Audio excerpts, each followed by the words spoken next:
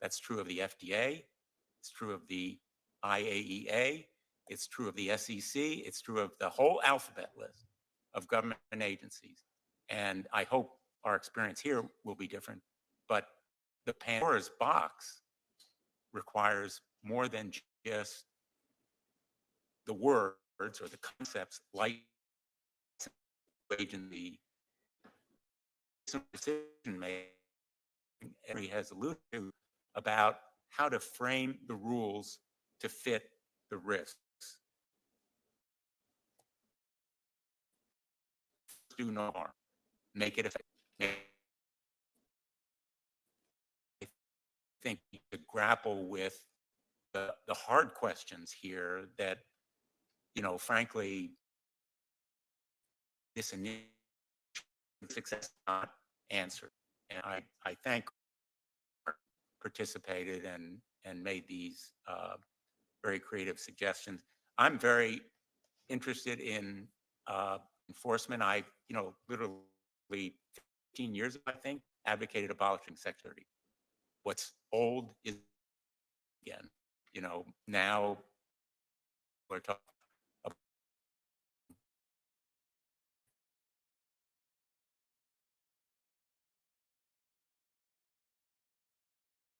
Mr. Altman because of the privacy issue, and you suggested that you have an interest in protecting the privacy that they come to you or be available. Protect privacy. Well, one is any data. So if you're a business customer of ours and submit data, we don't train on it at all. We do retain it for 30 days solely for the purpose of trust and safety enforcement, but that's different than training on it. If you use ChatGPT, you can opt out of us training on your data. You can also delete your conversation history or your whole account. Ms. Montgomery, I know you don't deal directly with consumers, but do you take steps to protect privacy as well? Absolutely. And we even filter our large language models for content that includes information that may have been pulled from public data sets as well. So we apply additional level of filtering. Professor Marcus, you made reference to self-awareness, self-learning. Already we're talking about the potential for jailbreak. How soon do you think that new kind of generative AI will be usable? New AI that is self-aware and so forth? Or yes, I have no idea. We don't really understand what self-awareness is, and so it's hard to put a date on it. In terms of self-improvement, there's some modest self-improvement in current systems, but one could imagine a lot more, and that could happen in 2 years. It could happen in 20 years. There are basic paradigms that haven't been invented yet. We want to discourage. It's a bit to put timelines on them. And just going back to enforcement for 1 second, one that is absolutely paramount, I think, is far greater transparency about what the models are and what the data are. That doesn't necessarily mean everybody in the general public has to know exactly what's in one of these systems, but I think it means that there needs to be some enforcement arm that can look at these systems, can look at the data, can perform tests and so forth. Let me ask you, all of you, I think there has been a reference to elections and banning outputs involving elections. Are there other areas where you think, what are the other high risk or highest risk areas where you would either ban or establish especially strict rules? Ms. Montgomery. The space around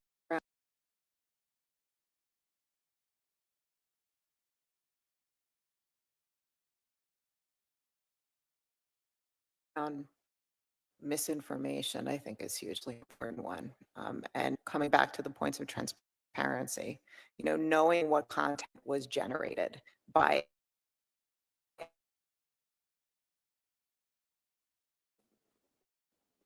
Any others?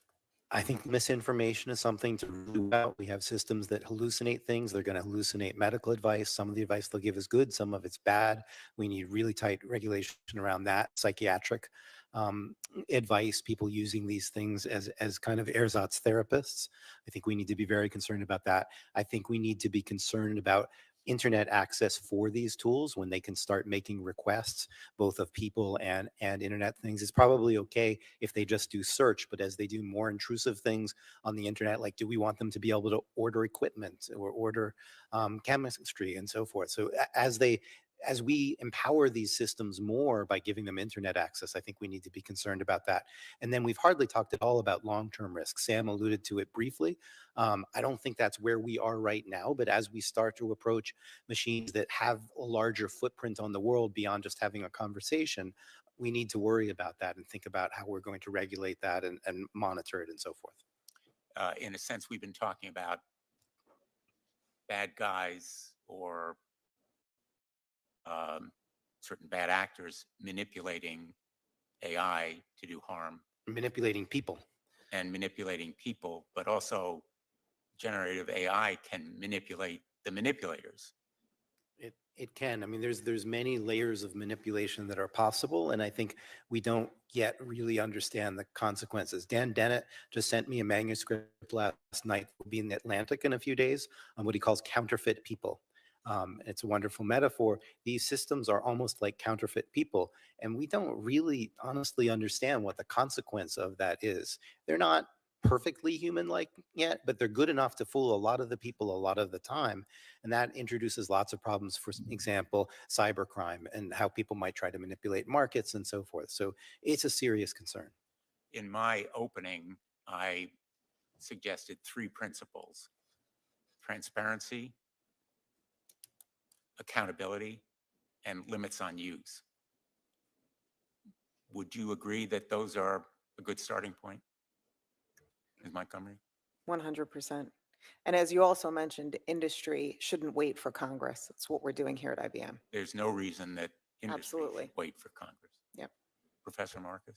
I think those 3 would be a great start. I mean, there are things like the White House Bill of Rights, for example, that show, I think, a large consensus, the UNESCO guidelines and so forth, show a large consensus around what it is we need. And the real question is definitely now, how are we going to put some teeth in it, try to make these things actually enforce? So, for example, we don't have transparency yet. We all know we want it, but we're not doing enough to enforce it. Mr. Altman? I certainly agree that those are important points.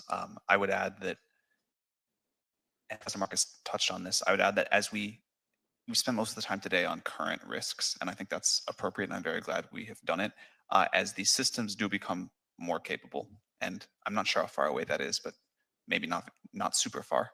I think it's important that we also spend time talking about how we're going to confront those challenges. Having talked to you privately, You know how much I care. I agree that you care deeply and intensely, but also that prospect of increased danger or risk resulting from even more complex and capable AI mechanisms certainly may be closer than a lot of people appreciate. Let me just add for the record that I'm sitting next to Sam, closer than I've ever sat to him except once before in my life. And that his sincerity in talking about those fears is very apparent physically in a way that it just doesn't communicate on the television screen, but Thank you. communicates from here. Thank you. Senator Hawley? Thank you again, Mr. Chairman, for a great hearing. Thanks to the witnesses. So I've been keeping a little list here of the potential downsides or harms, risks of generative AI, even in its current form. Let's just run through it. Loss of jobs. And this isn't speculative. I think your company, Ms. Montgomery, has announced that it's potentially laying off 7,800 people, a third of your non-consumer facing workforce because of AI. So loss of jobs, invasion of privacy, personal privacy, on a scale we've never before seen, manipulation of personal behavior, manipulation of personal opinions, and potentially the degradation of free elections in America. Did I miss anything? I mean, this is quite a list. I noticed that an eclectic group of about 1,000 technology and AI leaders, everybody from Andrew Yang to Elon Musk, recently called for a 6-month moratorium on any further AI development. Are they right? Do you join those calls? Are they right to do that? Should we pause for 6 Your months or? characterization's not quite correct. I actually signed that letter. About 27,000 people signed it. It did not call for a ban on all AI research. It only called, nor on all AI, but only on a very specific thing, which would be systems like GPT-5. Every other piece of research that's ever been done, it was actually supportive or neutral about. And it specifically called for more specifically called for more research on trustworthy and safe AI. So you think that we should take a moratorium, a 6-month moratorium or more on anything beyond ChatGPT-4? I took the letter. What is the famous phrase? Spiritually, not literally. What was the famous phrase? Well, I'm asking for your opinion now, though. So do you endorse My a 6-month opinion is moratorium? that the moratorium that we should focus on is actually deployment until we have good safety cases. I don't know that we need to pause that particular project, but I do think its emphasis on focusing more on AI safety, on trustworthy, reliable AI is exactly right. Deployment means not making it available to the public? Yeah, so, You'd pause that? my concern is about things that are deployed at a scale of, let's say, 100 million people without any external review. I think that we should think very carefully about doing that. What about you, Mr. Altman? Do you agree with that? Would you pause any further development for 6 months or longer? So first of all, after we finished training GPT-4, we waited more than 6 months to deploy it. We are not currently training what will be GPT-5. We don't have plans to do it in the next 6 months. But I think the frame of the letter is wrong. What matters is audits, red teaming, safety standards that a model needs to pass before training. If we pause for 6 months, then I'm not really sure what we do then. Do we pause for another 6? Do we kind of come up with some rules then? The standards that we have developed and that we've used for GPT-4 deployment, we want to build on those, but we think that's the right direction, not a calendar clock pause. There may be times, I expect there will be times when we find something that we don't and we do take a pause, but we don't see that yet. Never mind all the benefits. You don't see what yet? You're comfortable with all of the potential ramifications from the current existing I'm technology? sorry, we're we don't talking see about the today? reasons to not train a new one. For deploying, as I mentioned, I think there's all sorts of risky behavior and there's limits we put. We have to pull things back sometimes, add new ones. I mean, we don't see something that would stop us from training the next model, where we'd be so worried that we'd create something dangerous, even in that process, let alone the deployment.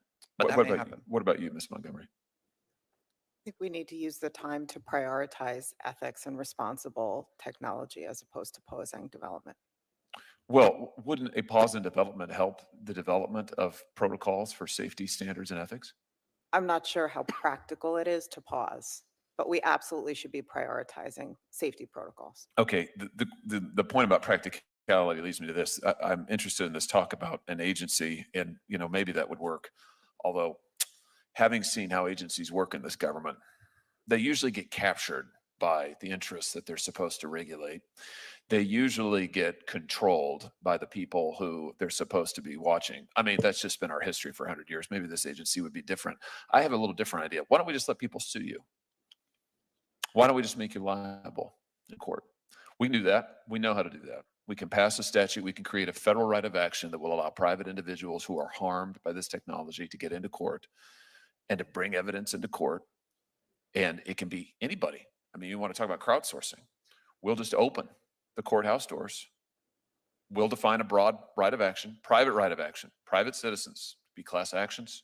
We'll just open it up. We'll allow people to go into court. We'll allow them to present evidence. They say that they were harmed by, they were given medical misinformation. They were given election misinformation, whatever. Why not do that, Mr. Altman? I mean, please forgive my ignorance. Can't people sue us?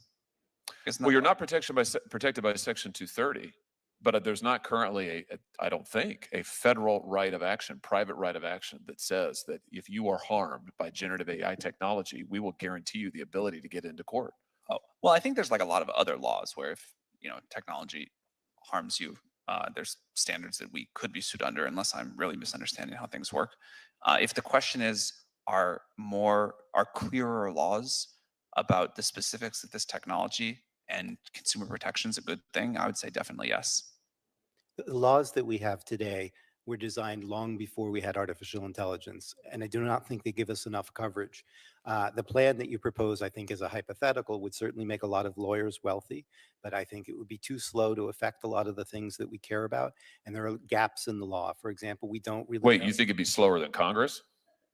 Yes, I do, in some ways. Well, I Really? mean, well, Do you know that? litigation can take a decade or more. Oh, I but the think you threat of guys, litigation is a powerful tool. I mean, how would IBM like to be sued for $100 billion? in no way asking to take litigation off the table among the tools, but I think, for example, if I can uh, continue, there are areas like copyright where we don't really have laws. We don't really have a way of thinking about wholesale misinformation as opposed to individual pieces of it, where, say, a foreign actor might make billions of pieces of misinformation, or a local actor. We have some laws around market manipulation we could apply, but we get in a lot of situations where we don't really know which laws apply. There would be loopholes. The system is really not thought through. In fact, we don't even know that 230 does or does not apply here, as far as I know. I think that that's something a lot of people speculated about this afternoon, but it's not solid. Well, we could fix that. Well, the question is how. Oh, easy. It would be easy for us to say that Section 230 doesn't apply to generative AI. Ms. Montgomery, I'll I give you the think last that's an word. important I'll yield, start. Mr. Chairman. You, Just on you the point of- suggested, Ms. Montgomery, a duty of care, which I think fits the idea of a private right of action. No, that's exactly right. And also, AI is not a shield, right? So if a company is in granting credit, for example, or in the hiring process, by virtue of the fact that they relied too significantly on an AI tool, they're responsible for that today, regardless of whether they used a tool or a human to make that decision. I'm going to turn to Senator Booker for some final questions, but I just want to make a quick point here on the issue of the moratorium. I think we need to be careful. The world won't wait. The rest of the global scientific community isn't going to pause. We have adversaries that are moving ahead, and sticking our head in the sand is not the answer. Safeguards and protections, yes, but a flat stop sign, sticking our head in the sand, I would be very, very worried about. Without militating for any sort of pause, I would just again emphasize there is a difference between research, which surely we need to do to keep pace with our foreign rivals, and deployment at really massive scale. You could deploy things at the scale of 1 million people or 10 million people, but not 100 million people or 1 billion people. And if there are risks, you might find them out sooner and be able to close the barn doors before the horses leave rather than after. Senator Booker. Yeah, there will be no pause. I mean, there's no enforcement body to force a pause. It's just not going to happen. It's nice to call for it for any just reasons or whatsoever, but forgive me for sounding skeptical. Nobody's pausing. This thing is racing. I would agree. I don't think it's a realistic thing in the world. The reason I personally signed the letter was to call attention to how serious the problems were and to emphasize spending more of our efforts on trustworthy and safe AI rather than just making a bigger version of something we already know to be unreliable. Yeah. So I'm a futurist. I love exciting about the future. And I guess there's a famous question, if you couldn't control for your race, your gender, where you would land on the planet Earth, or what time in humanity would you want to be born? Everyone would say right now. It's still the best time to be alive because of technology, innovation, and everything. And I'm excited about what the future holds. But the destructiveness that I've also seen as a person that's seen the transformative technologies of a lot of the technologies of the last 25 years is what really concerns me. And one of the things, especially with companies that are designed to want to keep my attention on screens, and I'm not just talking about new media, 24-hour cable news is a great example of people that want to keep your eyes on screens. I have a lot of concerns about the corporate intention. And Sam, this is again why I find your story so fascinating to me, and your values that I believe in from our conversations so compelling to me. But absent that, I really want to just explore what happens when these companies that are already controlling so much of our lives. A lot has been written about the FANG companies. What happens when they are the ones that are dominating this technology as they did before? So Professor Marcus, does that have any concern, the role that corporate power, corporate concentration has in this realm that a few companies might control this whole area? I radically changed the shape of my own life in the last few months. And it was because of what happened with Microsoft releasing Sydney. And it didn't go the way I thought it would. In one way, it did, which is I anticipated the hallucinations. I wrote an essay, which I have in the appendix, What to Expect When You're Expecting GPT-4. And I said that it would still be a good tool for misinformation, that it would still have trouble with physical reasoning, psychological reasoning, that it would hallucinate. And then along came Sydney, and the initial press reports were quite favorable. And then there was the famous article by Kevin Roos in which it recommended he get a divorce. And I had seen Tay and I had seen Galactica from Meta, and those had been pulled after they had problems. And Sydney clearly had problems. What I would have done had I run Microsoft, which clearly I do not, would have been to temporarily withdraw it from the market. And they didn't. And that was a wake up call to me and a reminder that even if you have a company like OpenAI that is a nonprofit, and Sam's values, I think, have become clear today, other people can buy those companies and do what they like with them. And maybe we have a stable set of actors now, but the amount of power that these systems have to shape our views and our lives is really, really significant. And that doesn't even get into the risks that someone might repurpose them deliberately for all kinds of bad purposes. And so in the middle of February, I stopped writing much about technical issues in AI, which is most of what I've written about for the last decade, and said, I need to work on policy. This is frightening. And Sam, I want to give you an opportunity as my sort of last question or so. Don't you have concerns about? I mean, I graduated from Stanford. I know so many of the players in the Valley, from VC folks, angel folks, to a lot of founders of companies that we all know.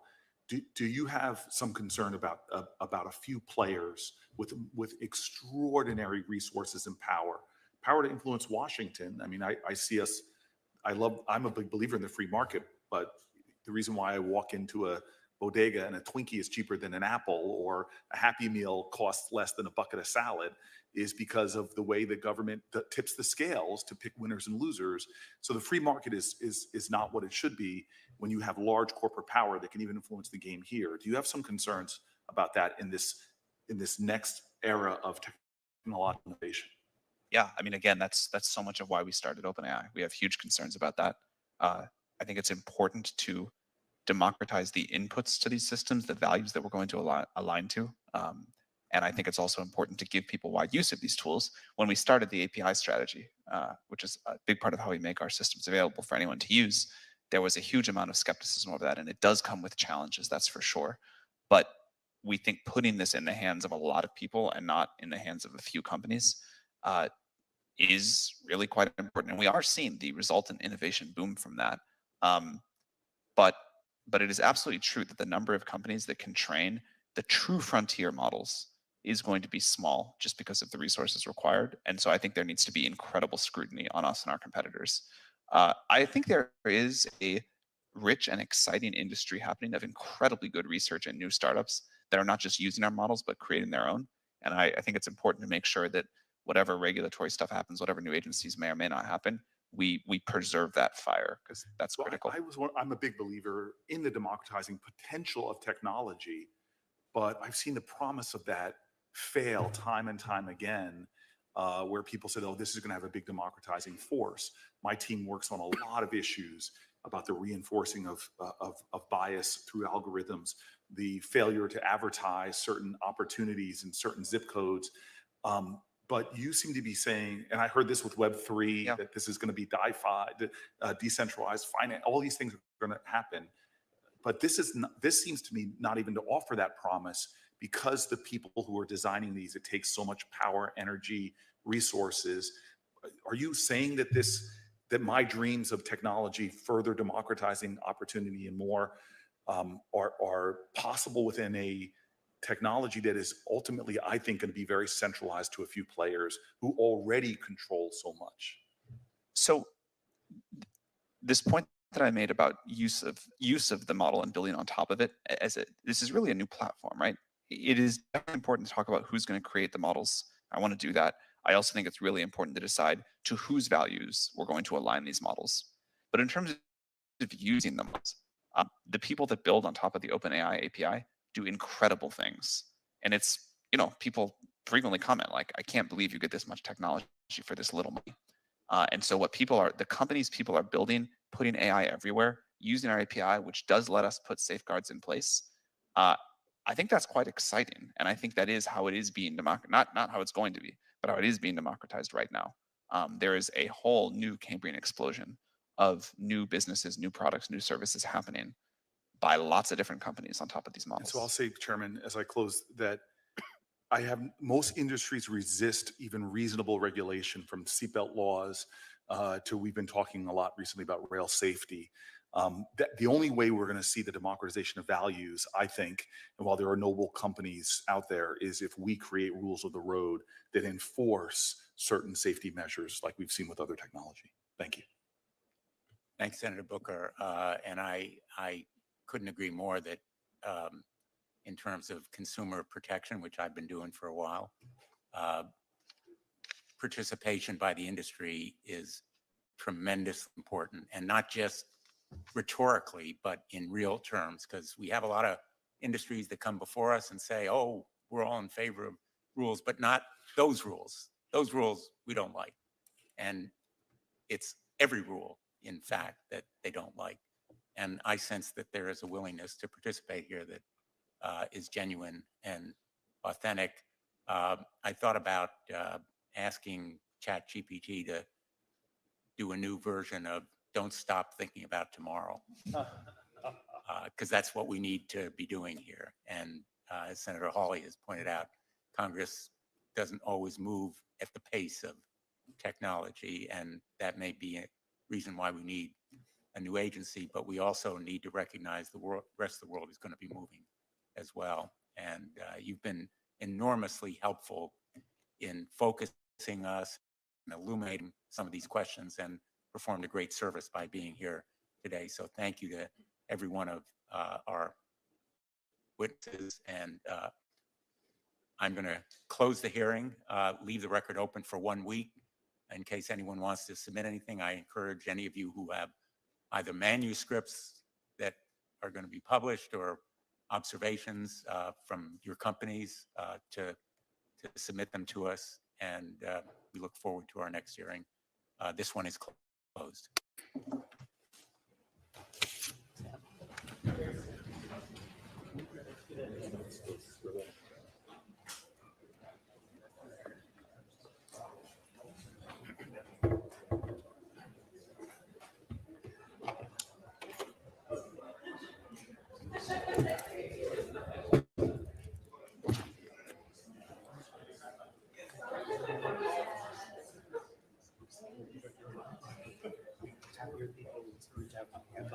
I'm here all week if you have any time to talk.